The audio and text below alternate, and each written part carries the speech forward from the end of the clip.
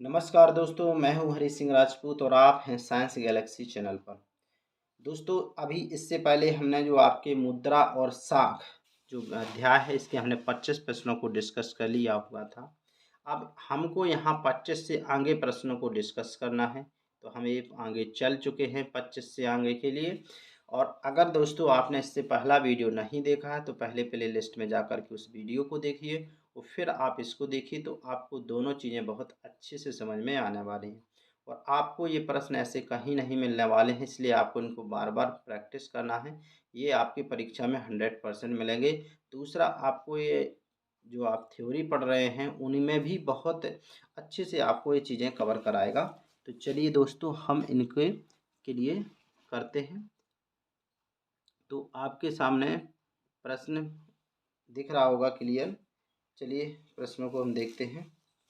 तो 26 नंबर का जो प्रश्न था दोस्तों, वो था आपका कि भारत की सभी डॉट डॉट किस क्षेत्रों में बैंकें मौजूद नहीं हैं। तो दोस्तों, अभी भी अगर आप भारत में देखें तो ग्रामीण क्षेत्रों में कहाँ पर नहीं है बैंकें, अभी भी ग्रामीण क्षेत्रों में अभी भी दोस्तों क्या नहीं है, बैंकें नहीं है। अगला प्रश्न है दोस्तों, अगला प्रश्न हम आपको 27 नंबर है।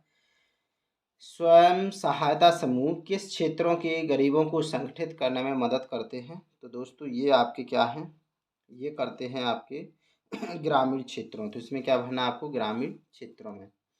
प्रश्न क्रमांक दोस्तों आपका 28 नंबर का है। स्वयं सहायता समूह में डॉट डॉट कितने सदस्य होते हैं। तो इसमें होते हैं आपके 15 से 20 सदस्य। कितने होते हैं दोस्तों इसमें, 15 से 20 सदस्य।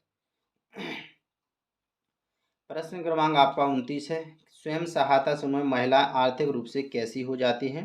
तो दोस्तों, इसमें कैसी हो जाती हैं, वो सशक्त हो जाती हैं। कैसी हो जाती हैं, सशक्त भर दीजिए या फिर स्वावलंबी भर दीजिए। तो सशक्त या स्वावलंबी। प्रश्न क्रमांक 29 है। स्वयं सहायता समूह में महिलाएं आर्थिक रूप से, तो बता दिया। तीसरा है, ग्रामीण बैंक के संस्थापक को सन डॉट डॉट में शांति के नोबेल पुरस्कार से सम्मानित किया गया। तो आपका ये है 2006। क्या है दोस्तों, 2006। ये मतलब जो ग्रामीण बैंक है, जो बांग्लादेश ग्रामीण बैंक है, उसके ने जो संस्थापक थे उसको ये सम्मानित किया गया है। 31 नंबर है। बांग्लादेश में डॉट डॉट ग्रामीण बैंकों की शुरुआत कब हुई। तो दोस्तों, ये हुई थी कब हुई थी, 1970 में। कब हुई थी, 1970। 32 से, बांग्लादेश में वर्ष 2018 में ग्रामीण बैंक के अब तक कितने लाख सदस्य थे। तो दोस्तों, इसमें थे 9 लाख सदस्य। कितने भरना आपको इसमें, 9 लाख सदस्य। 33 नंबर का प्रश्न है कि कितने लाख सदस्य बांग्लादेश के 81,600 गाँव में फैले हुए हैं। तो दोस्तों, ये फैले हैं 9 लाख सदस्य। तो इसमें भी 9 लाख ही भरना है। प्रश्न क्रमांक आपका 34 नंबर, जमाकर्ता अपना धन डॉट डॉट किसके पास रखते हैं। तो ये रखते हैं बैंकों के पास। क्या भरना है इसमें आपको, बैंकों के पास। प्रश्न क्रमांक आपका 35, कर्जदारों से डॉट डॉट कर्जदार बैंकों से डॉट डॉट क्या लेते हैं।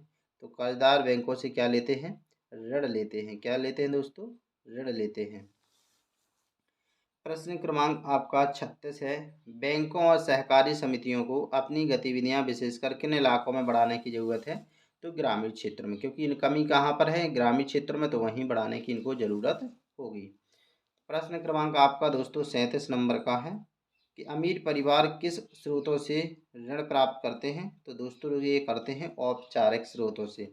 इसलिए करते हैं क्योंकि वो पढ़े लिखे होते हैं, अमीर हैं, तो वो बैंकों से ऋण लेते हैं क्योंकि वहाँ पर ब्याज कम लगता है। और जो गरीब लोग होते हैं वो पढ़े लिखे कम होते हैं, उनको इनमें नॉलेज नहीं होता है, तो वो लोगों से ही मतलब ले लेते हैं पैसा, फिर बाद में ज़्यादा ब्याज चुकाते रहते हैं। चलिए प्रश्न क्रमांक आपका 38 नंबर का है।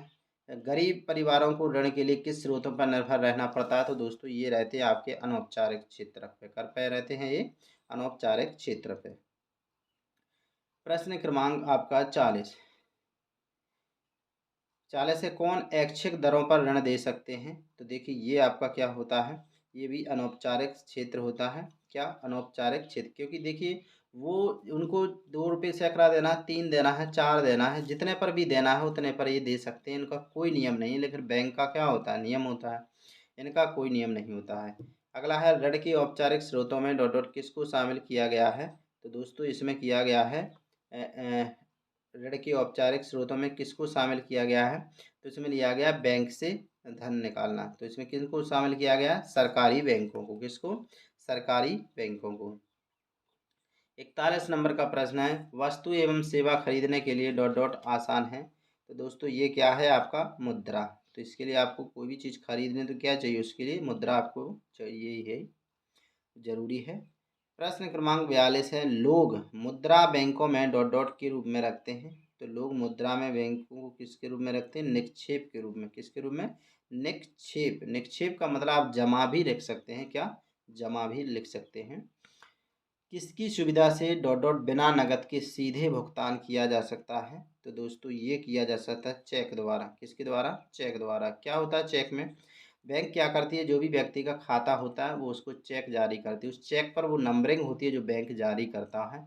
आप उस चेक को फाड़ करके और आप उसमें साइन करके और आप किसी व्यक्ति को दे देंगे तो बैंक वहाँ देखेगा कि इस व्यक्ति ने ये खाता लिखा है, इससे पैसे को काटना है और इस व्यक्ति को देना है और ये मेरे द्वारा ही दी गई चेक बुक थी, उसी का ये चेक है।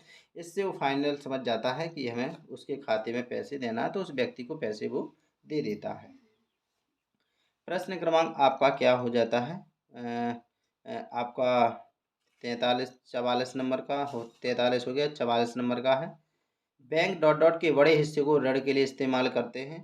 तो दोस्तों ये करते हैं जमा राशि के।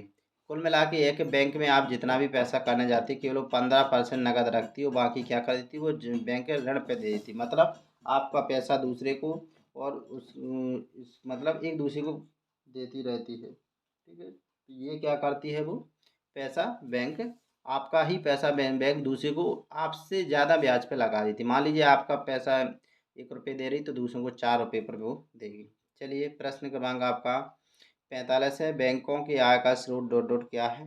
तो दोस्तों ये है आप कर्जदार से लिया गया ब्याज तथा जमाकर्ता को दिया गया ब्याज का अंतर। तो इसमें थोड़ा लंबा भरना है। कर्जदार से लिया गया ब्याज तथा जमी कर्जदार से लिया गया ब्याज तथा जमाकर्ता को दिया गया ब्याज का अंतर। मैं समझाता हूँ दोस्तों।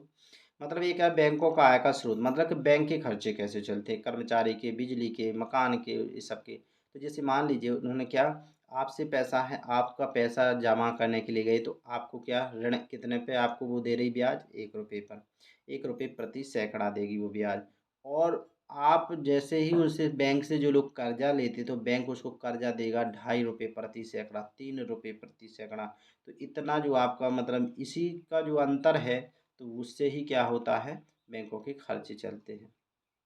46 नंबर का प्रश्न है आपका कि ग्रामीण क्षेत्रों में साख की प्रमुख मांग डॉट डॉट के लिए होती है। तो दोस्तों ये होती है आपकी किसके लिए? खेती के लिए। तो इसमें आपको क्या भरना है? आपको खेती के लिए।